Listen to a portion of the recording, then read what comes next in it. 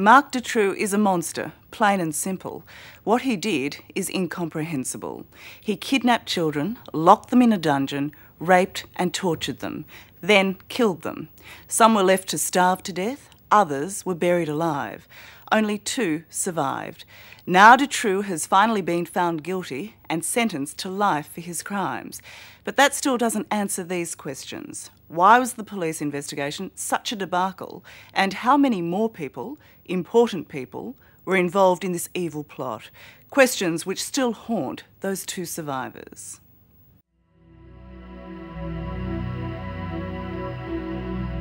It's enough to make you cry. 2 bewildered girls finally rescued from a house of horrors.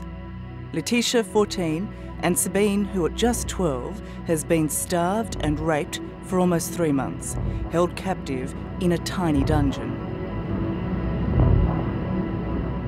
J'étais sa femme. C'est lui qui l'a dit. I was his wife. He told me that. You're my new wife, he told me. He made up so many things. 8 years after she was freed, Sabine can't escape the nightmares or the image of her tormentor.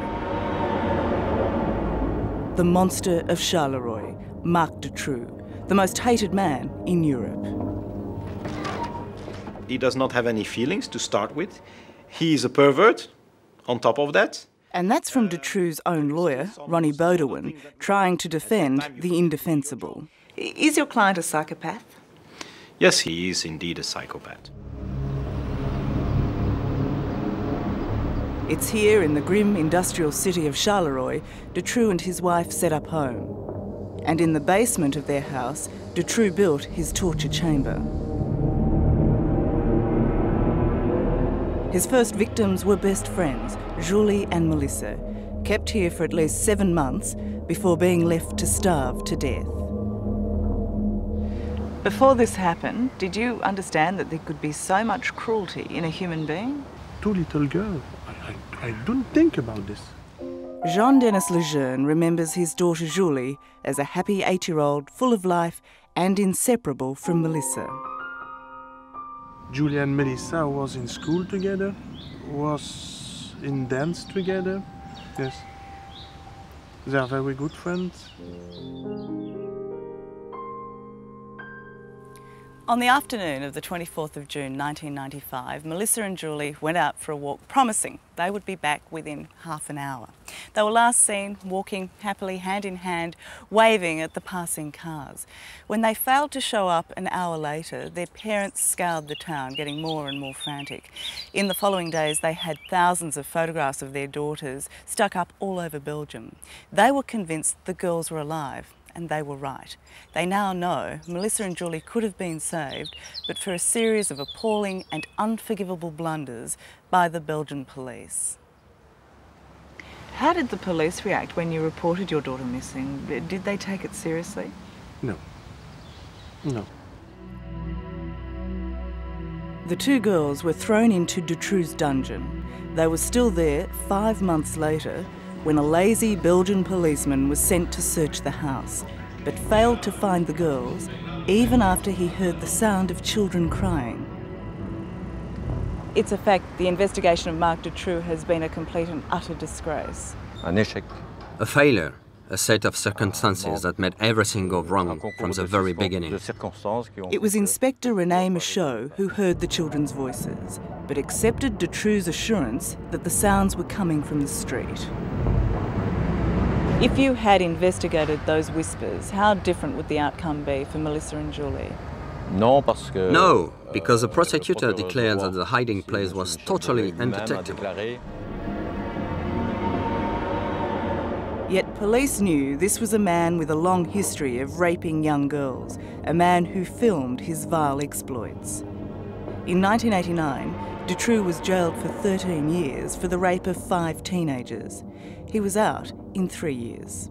An informer even told police Dutroux was building a secret holding cell to imprison young girls, and still they did nothing. But weren't you in the house because you'd been given a tip-off that this man was building a cage? Je ne l'ai pas trouvé. I didn't find it because there were enormous problems. Madame Lachance n'a pas. Madame Luck was not around. When police turned up here to arrest Dutroux in December 1995, it was for car theft. He went to jail for 3 months. His wife, Michelle Matar, knew Julie and Melissa were still imprisoned in the cage. She came here to feed Dutroux's dogs, but she never went down to the dungeon. She never fed the girls. And so over the following weeks, the two little friends, left alone in the dark, slowly starved to death. Why? For who? For what? This is the question that I ask, but nobody has an answer for me.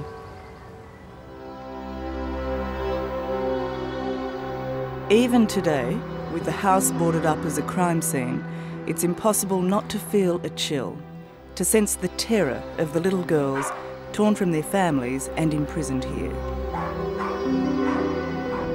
It's a horror that will never leave Paul and Betty Michal, whose daughter Anne was Dutroux's next victim. What I also remember of Anne is that one day we went to the supermarket and she saw a picture of Julie and Melissa hanging a poster, and she read it and she said, "Mama, it must be terrible to lose your child and not to find it again." And always when I come back to the supermarket, I think of it. And a few weeks later, who could think that she would become the victim of that same person? Unbelievable. Anne Michal and her friend Effia Lambrix were last seen leaving this theatre in 1995. It's now clear Dutroux stalked them in his car as they boarded a tram. Anne was chained like an animal, and so that she couldn't run away.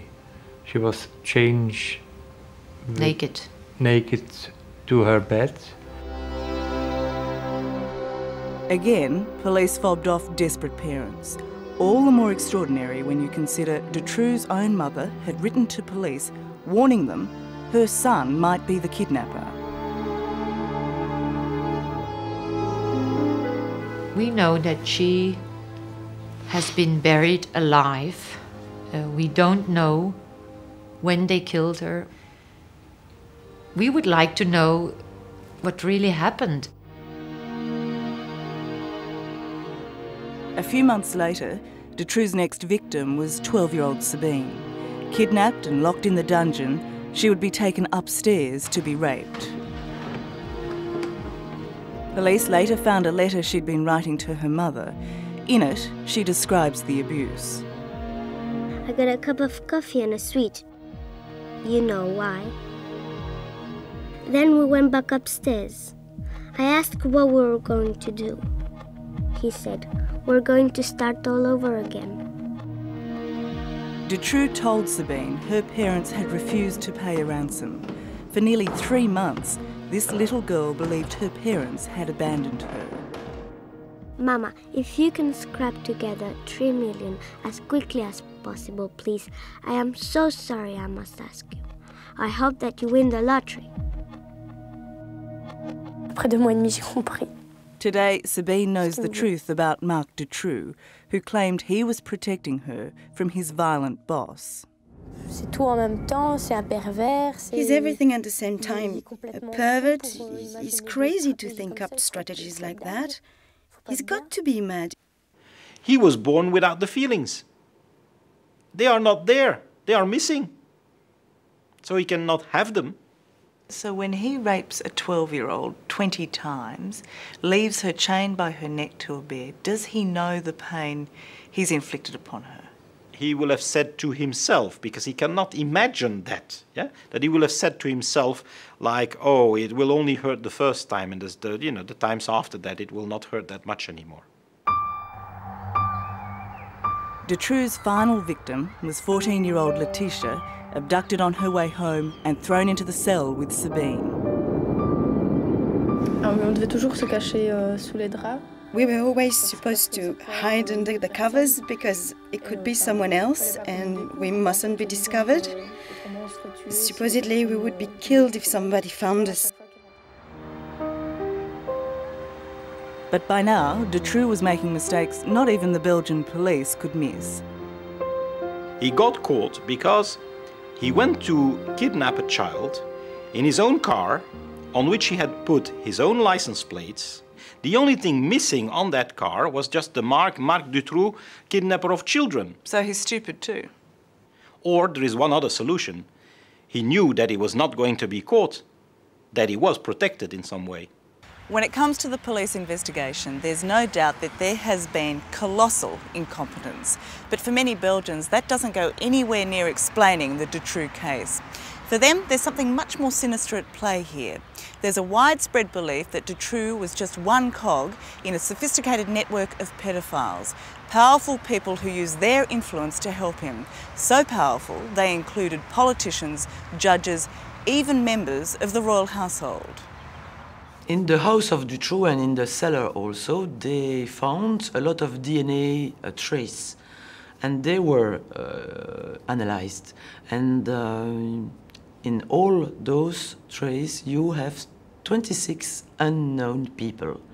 Marie-Jeanne van Heeswijk heads a citizens group determined to find the truth of what happened in Dutroux's nightmare prison. I think it's really incredible that with such elements, you don't search further.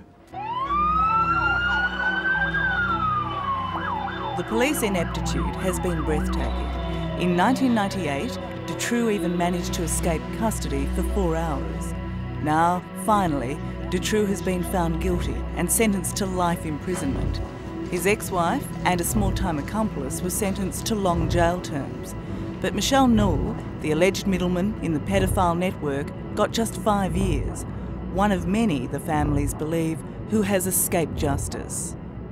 They were creating a sort of network about violating children. As children, they suffered terrible abuse here. As young women, Sabine and Laetitia have come back determined to show their survivors, hurting but not broken. Merde! I think you must be very brave. Now 22, Laetitia has attended court every day because, as she told me, she believes Dutroux wasn't acting alone. I'm still so afraid when I see Dutroux in court. What would you like to do to Dutroux? Le mettre là où nous on a été. Put him where he kept us and leave him there.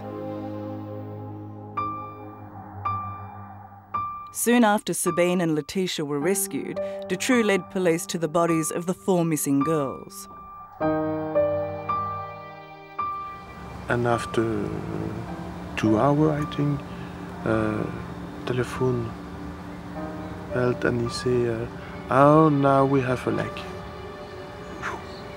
It's difficult to accept this. And 10 minutes after, he say, oh, now you have 2 little body and it's Julie and Melissa. That is the reality. When you watched those bodies being recovered, did you think I could have saved those girls? That's what everybody thinks, but we can't turn the clocks back. So it will always remain in my mind as a total failure. It's a failure that's outraged an entire nation and brought down a government. The long-awaited trial has only raised more questions about what went on in this terrible house. And still, there is no peace for the parents of the murdered girls. How do you bear to live with what you already know?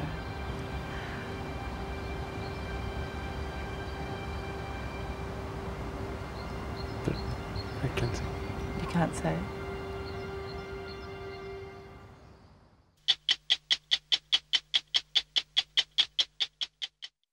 Hello, I'm Tara Brown. Thanks for watching 60 Minutes Australia. Subscribe to our channel now for brand new stories and exclusive clips every week. And don't miss out on our extra minutes, segments and full episodes of 60 Minutes on 9now.com.au and the 9Now app.